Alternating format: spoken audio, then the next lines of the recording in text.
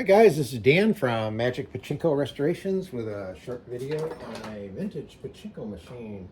So this is a Manusin, Manusin, from the early 60s.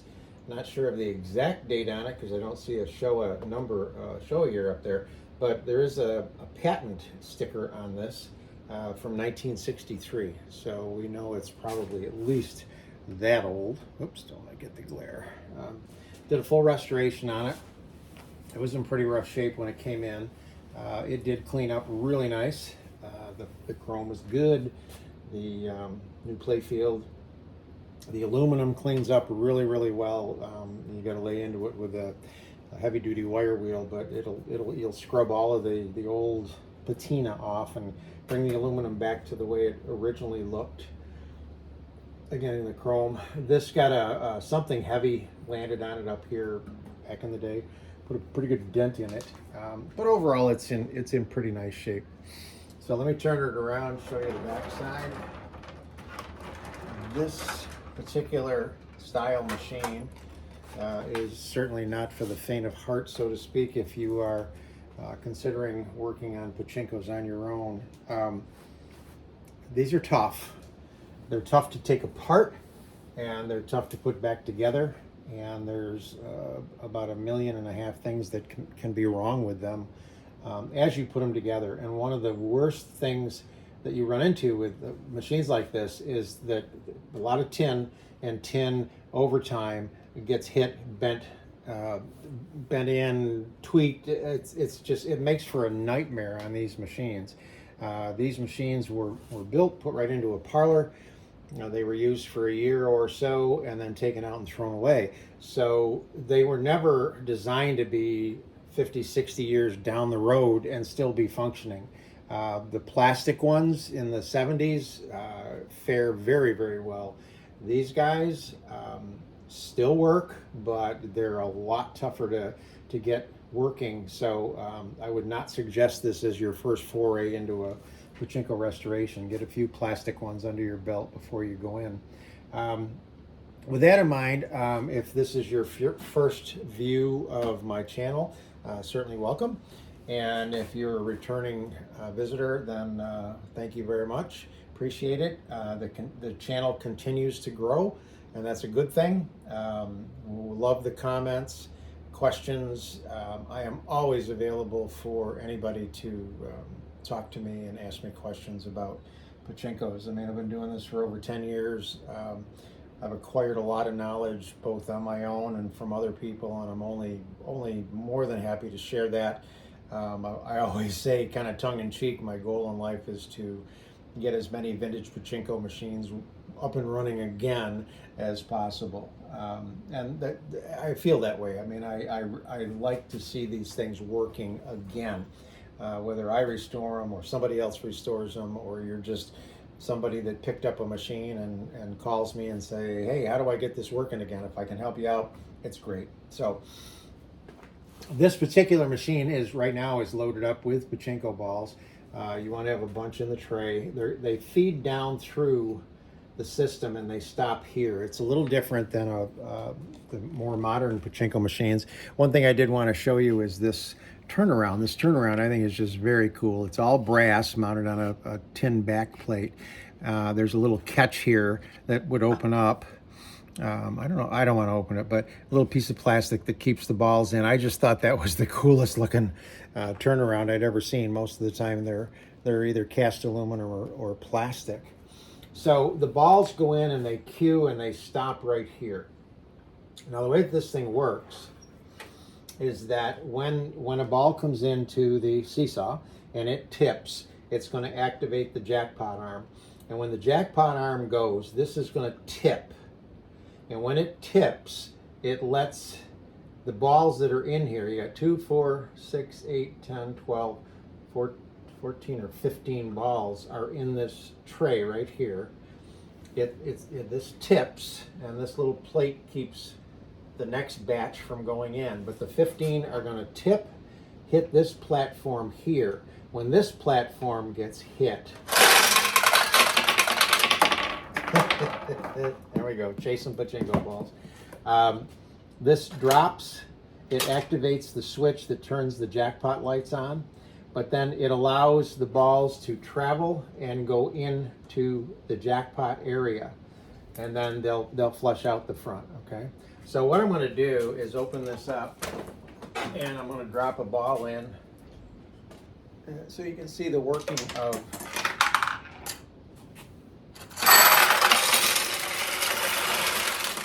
okay, so it takes a cycle to get loaded. And we're going to put another one in.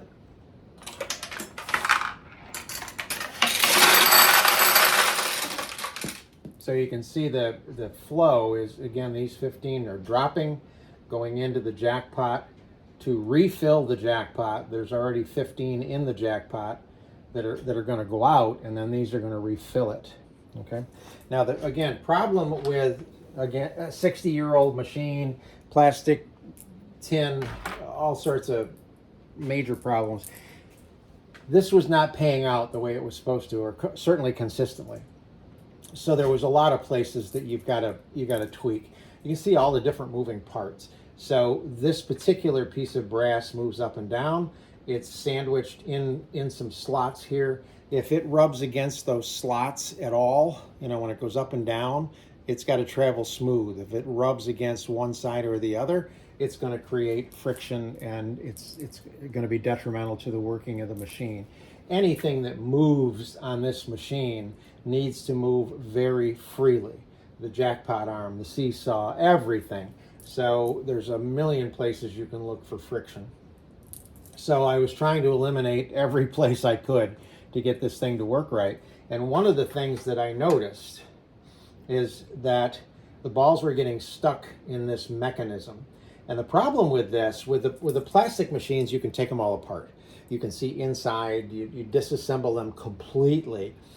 With this tin piece, it's all soldered together, and you can't take it apart to see how it works on the inside. So what was happening is the balls were getting stuck in here, and for the life of me, I couldn't figure out why. And I was just pushing, touching, and I went like that. I moved a bell, one of these bells, and you can, I don't know if you heard that or not, but it actually dropped a ball out. So what was happening is the bells were positioned so that when the balls dropped through and we're supposed to bang off the bells, they were actually getting stuck in here and not going out. So that just lent itself to having the machine not cycle the right way. So hopefully that's all taken care of. I do have a piece of plexiglass somewhere. There it is. Just to cover this up. There would have been a piece of glass in there, I'm sure. So that's all better. So hopefully this thing is working the way it should. Cool thing about this is like an Anderson window here. It's got this little arm that goes back and guides this. I've never seen that before. Okay, all right. So with a single shot, this doesn't have the ball out feature. Some of the later machines had a plate that would drop down and cover the hole. This one does not have that. So you just put the ball in, put it on the launch ramp, and off you go. That was too much. There we go. There we go. And see, every time I make a video, I get the machine working perfectly. I make a video and it doesn't pay out. So what happens with this machine, and I'll see if I can go in there. There we can see it here. There's a ball right there. You can see that ball right there. All right, so what I did is I kicked it into the extra win area. What happens is there's plastic in here and it's probably warped.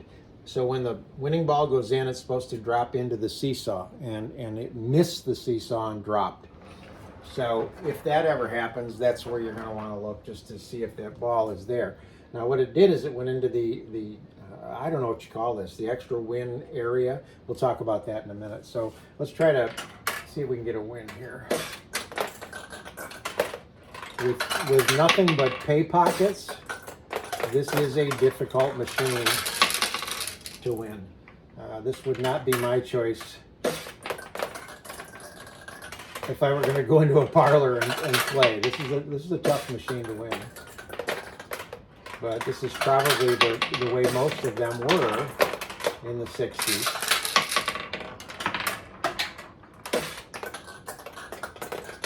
Yeah. All right, so what I'll do,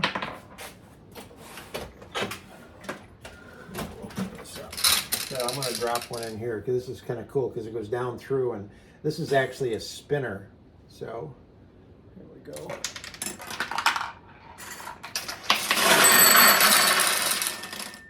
So that's the way it should work.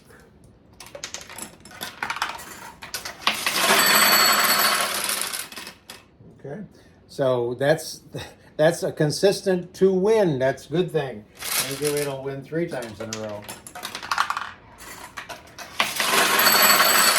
Okay. So that's the way it's supposed to work. Obviously, with the wins. The problem that I've been having is inconsistency, and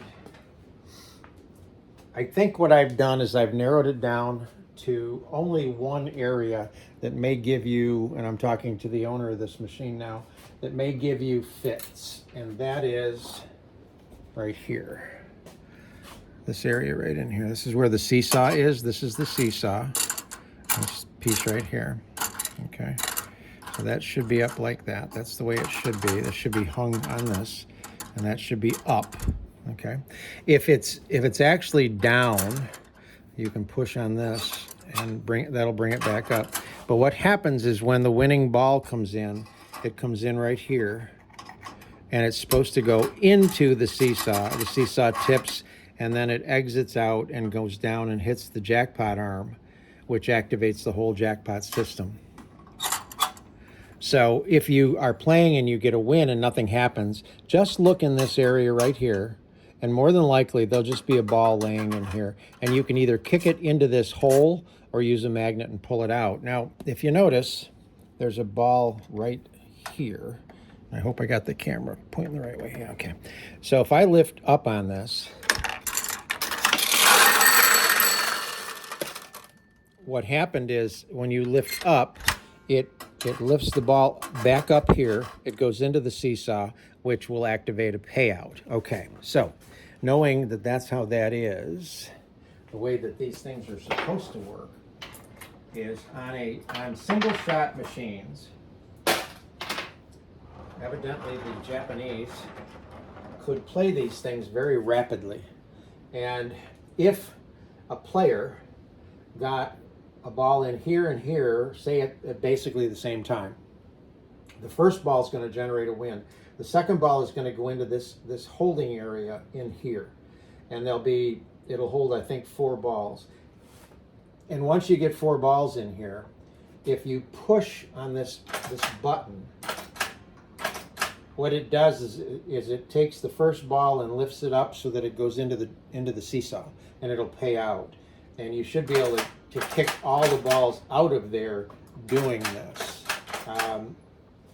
I don't think I've ever gotten 2 balls on a win. I can't play it fast enough. I can't load the balls in, and I'm sure that somebody is just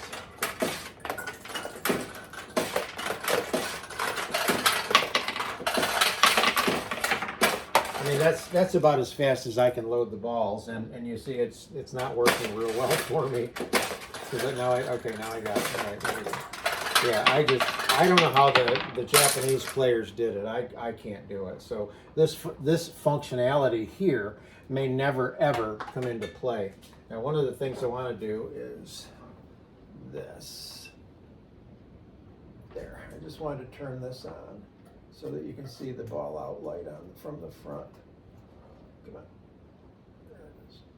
There. That's kind of a cool feature.